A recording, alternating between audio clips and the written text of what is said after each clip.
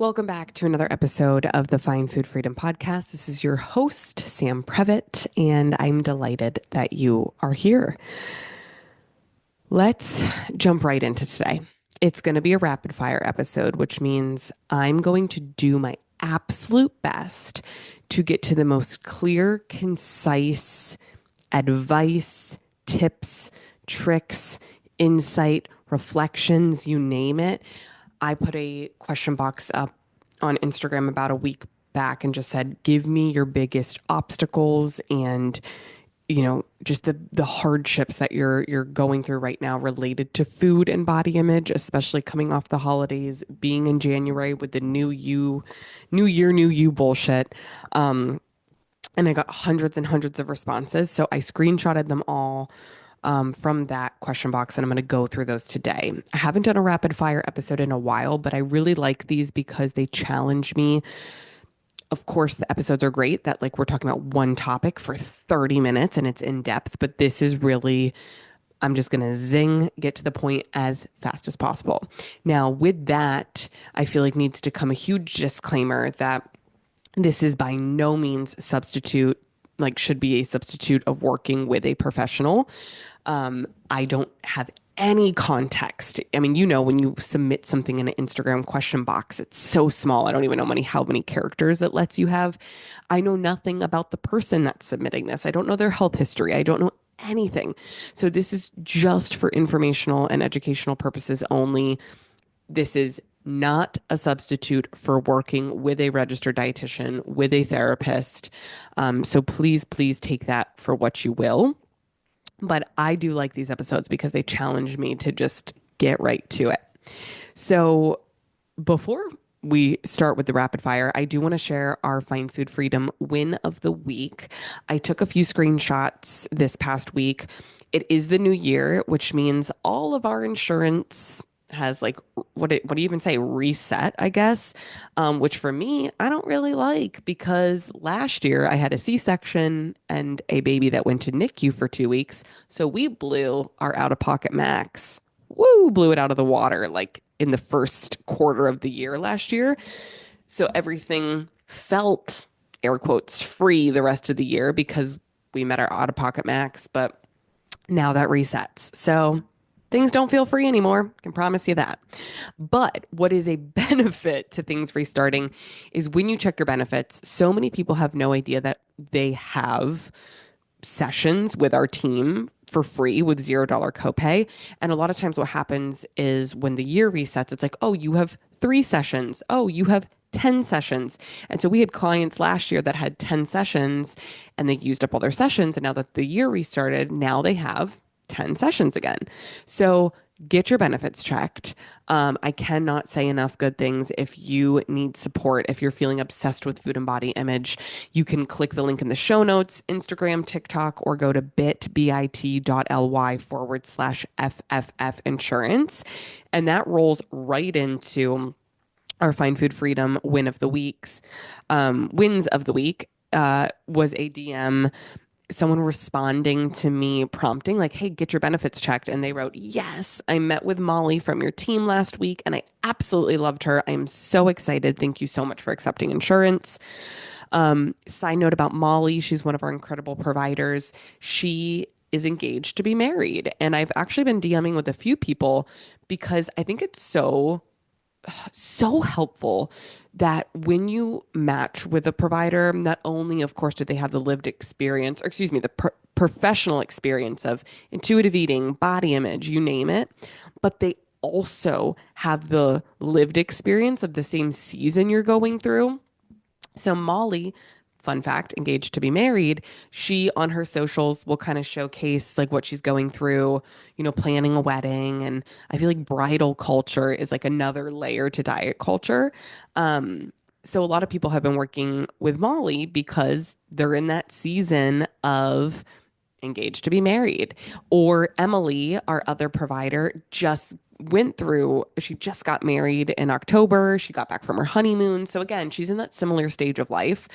So if you find yourself engaged to be married, or you're hoping to be, or you think a wedding is around the corner, Emily and Molly are great providers to match with. Not that our provider has to be going through that, but again, I think it's fun to be matched with someone going through something similar. And with that, I just got another DM a few days later that said, "Hi, I had a great first meeting with Julie. Thank you so much for facilitating that. I'm looking forward to seeing what her and I can do together this year." Um, Julie is our dietitian supervisor. She's been a dietitian for 30 plus years. She is well into the season of helping women going through menopause. That is like a huge passion of hers. So if you are someone who finds yourself in that season of life where you're like, I'm past getting married and engaged, I'm into my 50s, I'm into my 60s, and I don't know what body I'm living in, Julie is a great match for you. And again, I could do an episode like this on all of our providers. Everyone has their own specialties professionally, but then their own passions personally when it comes to nutrition. And I think of myself, I'm in that season of life with littles. I have, two under 3 years old, but I also went through 4 years of infertility and 3 rounds of IVF. And so I have a special place in my heart for working with people going through infertility and intuitive eating because it's, again, so niche down and it's something that I can relate to and not a lot of people can. And so, again, there's just that benefit of having that personal touch there. So if you want to work with one of our providers and you can read everybody's bio. So if you go to bit.ly/FFF insurance, click the link below in the show notes, go to the link on Instagram, you can read the bios of everyone on our team. So you can see like what everyone is passionate about, what their certifications are in, what they specialize in. If you have diabetes, PCOS, I mean, you name it, we have a provider for you. So thank you for bearing with me through the beginning of this. And now I have like, I wish I could show you. I have pages and pages of screenshots for this rapid fire. So I'm really going to test myself to keep this as quick as possible. I've said it before. I'm going to say it again. I need to get a buzzer to like with a timer that buzzes at me at 1 minute. So it's like, okay, for one question, I'm giving you a minute answer and no more. And then we're on to the next. I don't have that buzzer. So I'm going to just try as best I can to keep it short and concise and go on to the next one. This is really hard for me because my counselor brain will read something and then I kind of like if I want to explain to you, I'm a visual learner. So, like, what I'm seeing when I read something, I'll see your question or your obstacle or your statement. And then I kind of do like a flow chart. Do you remember flow charts from back in the day? That might have been a millennial thing. But I'll just like ping, ping, like my brain just starts going all these different directions and I want to take it different directions. So, while I rapid fire, I have to prioritize what direction we're going to take it. And I'm probably going to leave out a bunch of things I want to say, but we're just going to get into it. Okay, first one's first. There were an exorbitant amount of obstacles that related to this one I'm going to read. So much so that last week's podcast episode is a full podcast episode on this subject because we got so many that were like this. So it reads, family my family is fat phobic, and so are my loved ones, and they are on a GLP-1. It's really hard to be around their negativity and feel happy about myself. There was obstacles that were submitted like that. Other people said, hey, I have all of these people in my life that are on a GLP-1. I know that I don't want to go on a GLP-1, but it's still really hard. So again, last week's episode is entitled Help. It feels like everybody's pursuing intentional weight loss, and I don't want to, and it sucks. And so please, please, please, and it doesn't even have to be a GLP-1. It could just be like you feel like everyone in your life is dieting right now or everyone is pursuing intentional weight loss and you don't want to do that, but it's really hard. Please go listen to last week's episode. You can like pause this one, go listen to that one. There's a lot of really great reflective exercises of like why you are walking away from intentional weight loss and how to continue down the road of healing your relationship with food and body. Boom. Gonna leave it right there. Okay. Next up, my whole body is growing during pregnancy, not just a bump. Oh, I want to validate this for you and say, I think that this comes back to the comparison of social media and the shit we see in media. If you close your eyes and visualize a pregnant body, just for a moment, whether you're pregnant or not listening to this, you probably visualize what we see in Hollywood when people are pregnant, which is a air quotes like normal body, heavy air quotes, of what I mean by that, and a perfect hard bump, right? And so I, although I do not reside in a larger body and I do have thin privilege, when I went through pregnancy, I absolutely like my legs got bigger, my feet got bigger, my nose got bigger, my arms got bigger. I had varicose veins. I still do on my right side. And I just visualized my pregnancy was going to be like my body with just like a hard bump. And that was very different than what I experienced. And I want to acknowledge for those that do reside in larger bodies, pregnancy looks very different for everyone. And the world that we live in, everyone thinks of pregnancy still through a diet culture lens. So I just want to acknowledge and validate how hard this is and highly encourage getting support. Pregnancy, trying to conceive, pregnancy, postpartum, these are some of the most fragile, vulnerable seasons of life that you will go through. And I think it can be so helpful. But I want to just say you're not alone. And so many people experience bodily changes, and it's normal. And I think getting support through this can be so helpful. On to the next one. There's so much more I want to say. This is really hard, but I'm going to just go to the next one for time. Okay. Was going great until I started planning a wedding. So triggered by the bridal industry. Ooh, this is perfect because I was talking previously about Molly and Emily, our two providers that are engaged, and one just got married. I got married many years ago, but I can say that I feel like bridal culture is like another layer to diet culture where you hear like shedding for the wedding and you have all this pressure by diet culture standards to lose weight or look a certain way or fit into the dress. I have worked with so many brides over the years, and it is one of the most rewarding things to work with brides like way ahead of time from their wedding. The more time we can have with them, the better. Because what we do in session is focus on how you want to feel and what you want to experience on your wedding day.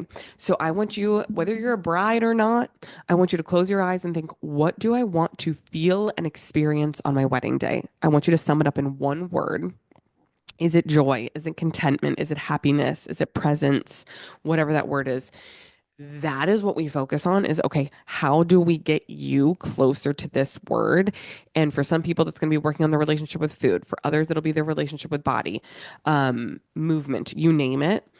But it is some of the most rewarding work because I wish I could like put together a collage of all of the brides I've worked with that reside in all size bodies that will send us a picture on their wedding day and say, I look at this picture and I see joy. And so if you're someone who is triggered by looking at pictures of yourself and then that triggers you, like knowing on your wedding day, you're going to be, so many pictures are going to be taken. I encourage you to get professional support so we can work through body image work, right? Like your relationship with your body so that when your wedding day comes, you can center what you want to feel and experience. So if you are a bride to be listening to this, I want you to answer the question, what do you want to feel and experience on your wedding day?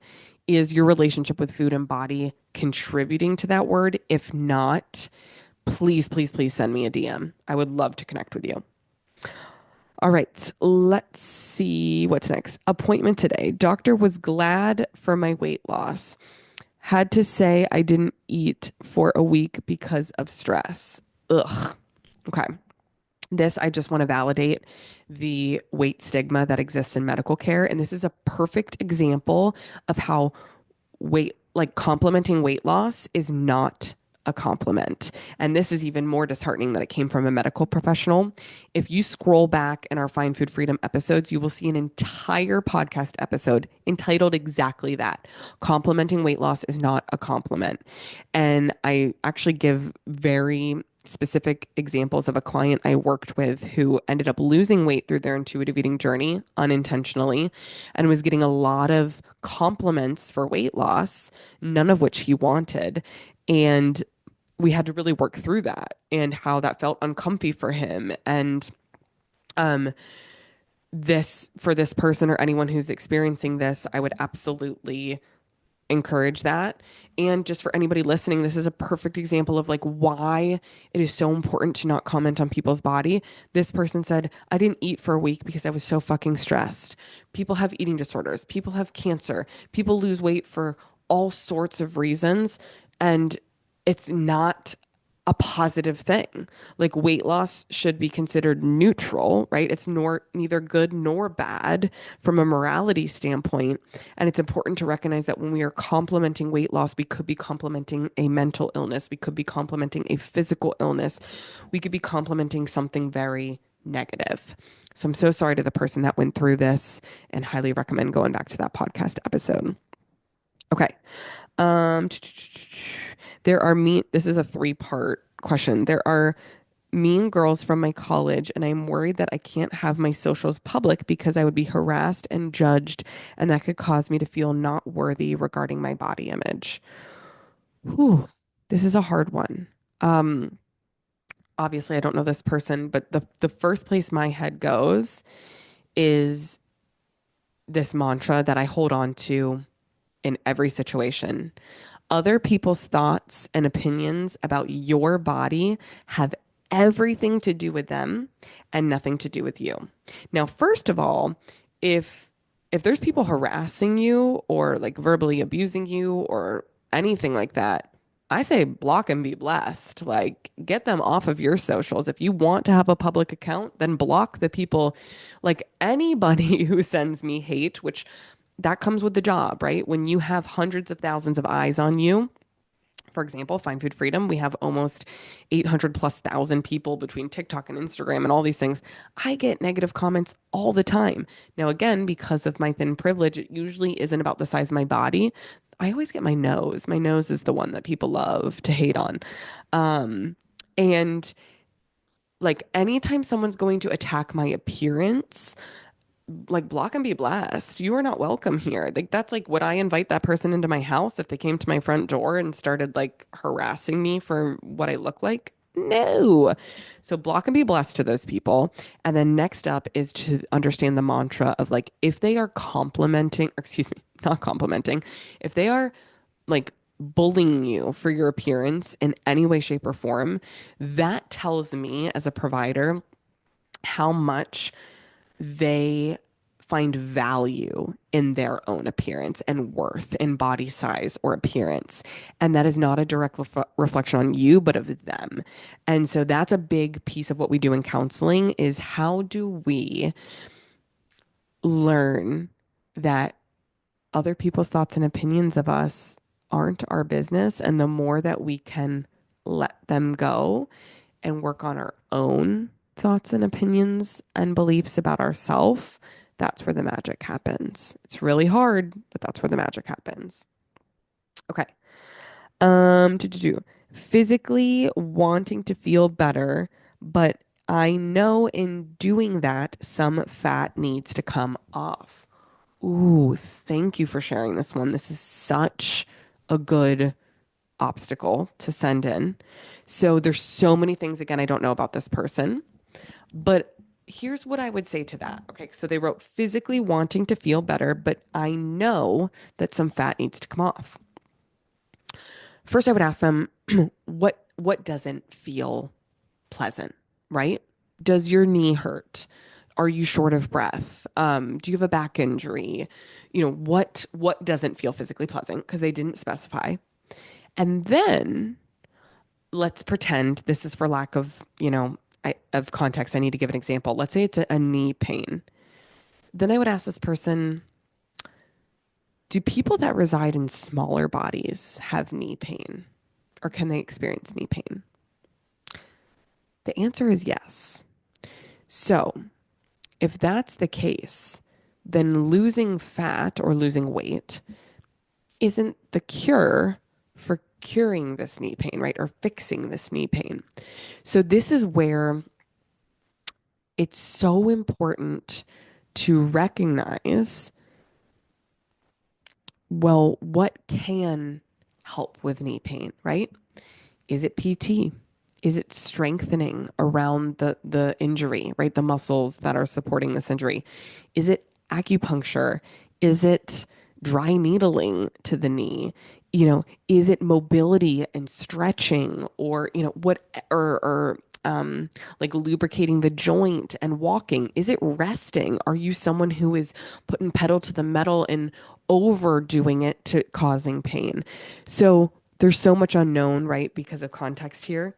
But I do have a previous podcast that I recorded that said, I'm uncomfy because I'm overweight, or it's called like help, I'm uncomfy because I'm overweight, where I give similar example of the knee, but I go through a bunch of medical diseases and conditions and kind of walk through challenging that thought process of if I lose weight, I will physically feel better, or if I lose weight, everything will be fixed.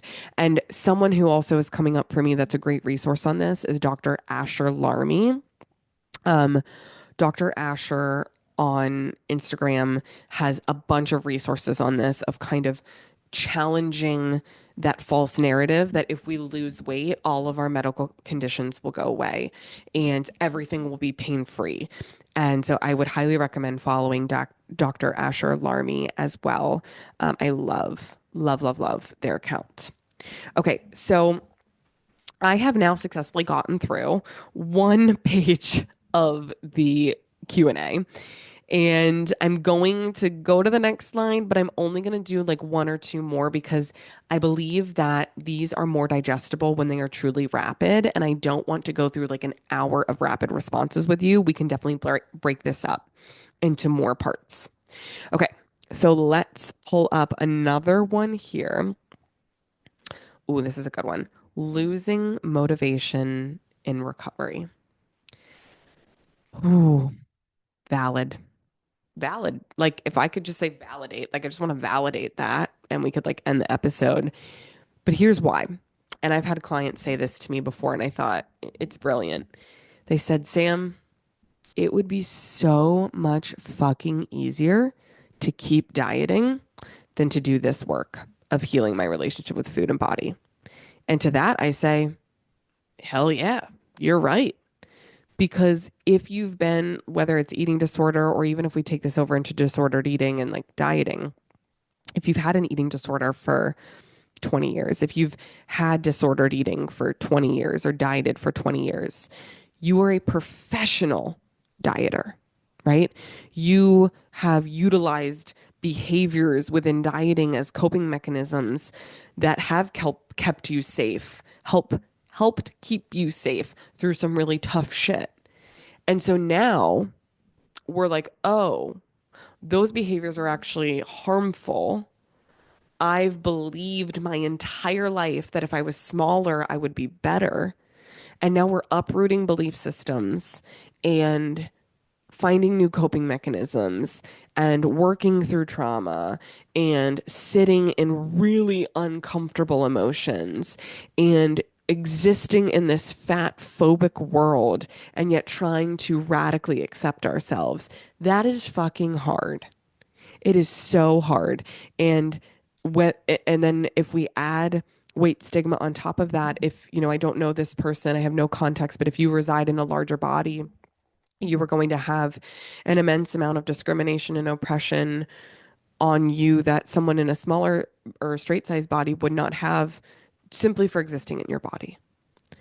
And so I want to validate it is fucking hard and it is so easy to lose motivation to recover when we say, okay, if I could just lose the weight, I'll be happy. But if you look at that version of you when you were in a smaller body, were you happy then? And if we live our lives always trying to please others, as in like diet culture, beauty standards, meanwhile, the needle's always moving, right? The goalpost is always moving. Oh, well, this year heroin chic is in, right? Heroin thin. Oh, well, this year it's small waist, big butt. If the goalpost is always moving, you're never ever going to be happy. And it's also important to know that you cannot hate your way to happiness. So if you think like I'm just gonna fucking hate my body and one day wake up thin enough where I'm gonna look in the mirror and love myself, it does not work that way. I want you to think about a loved one in your life that if every day for years you looked at them and said, I hate your body. If you were smaller, I would love you. And then they just randomly got smaller one day and you looked at them and were like, oh, perfect. Now I love you. You're great. Would they believe you? Absolutely not. So I want to validate that recovery is hard and it is so worth it because I can promise you that on the other side, you can be present physically in a moment and mentally and emotionally enjoy it. You can enjoy food, you can enjoy events, you can enjoy holidays, you can enjoy loved ones, you can enjoy so much because you will not be trapped in the obsession of counting every calorie and portion and weighing your food and weighing yourself and wrapped up in clothing sizes and burning calories that you ate and punishing yourself and all of these things. It is so worth it. It is so freeing because you can finally start living your life as you pursue recovery. But also, I want to be realistic and validate how hard it is. And this comes back like I feel like every single thing that people send in, and this makes sense because I said it at the beginning of this episode, this is not a substitute for professional help. It can't be. Everybody is so individualized. Everyone there's so much nuance to nutrition and body image and trauma and all of this. So although I want to offer you like I love rapid fires because I'm like just trying to give you something that you can cling to help you. This is not a substitute for professional support. And if you get professional support on healing your relationship with food and body image, it will change your life in profound ways. Profound ways.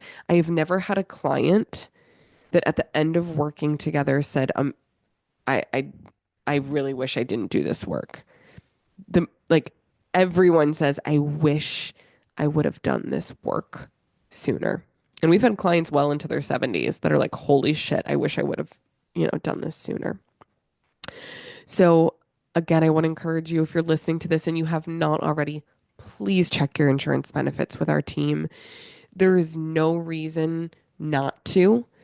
Best case scenario, you're paying $0 to get professional one-on-one virtual support with a registered dietitian, certified intuitive eating counselor, and a team of dietitians that are trained in body image. And if you do not have coverage, the great thing is we give you a free month of our membership, 100% free. If you just don't have benefits, I want you to get support. And we have extremely low cash pay rates compared to other practices, simply if you do not have coverage, because we want you to get support. We want this support to be accessible. So click the link in the show notes. If you found this rapid fire helpful, please rate, review, and subscribe on Apple Podcasts. Every rating, every review that we get, it helps get this podcast out there for more people to hear. And feel free when you do rate and review, if you're like, ooh, I want this to be answered on a future rapid fire, whatever that obstacle is, please put it there.